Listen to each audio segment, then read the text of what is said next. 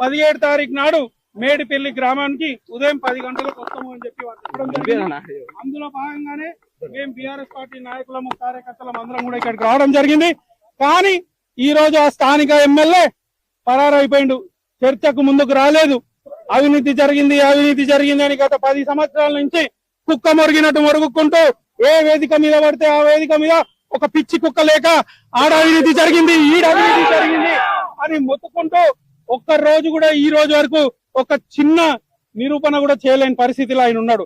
కేవలం అబద్ధపు ప్రచారాలు చేసుకుంటూ పబ్బం గడుపుతుండు. ప్రజలకు అభివృద్ధి మాత్రం ఎంతకు చేస్తలేడు. కేవలం ఇప్పటికీ కూడా ప్రతిపక్షాల మీదనో ఇంకొవరి మీద అప్పుడు అట్లా జరిగింది ఇప్పుడు ఇట్లా జరిగింది అని చెప్పుకొని పబ్బం గడుపుతుండు. అంతేగాని ఇక్కడ ఆయన చేసింది ఏమీ లేదు.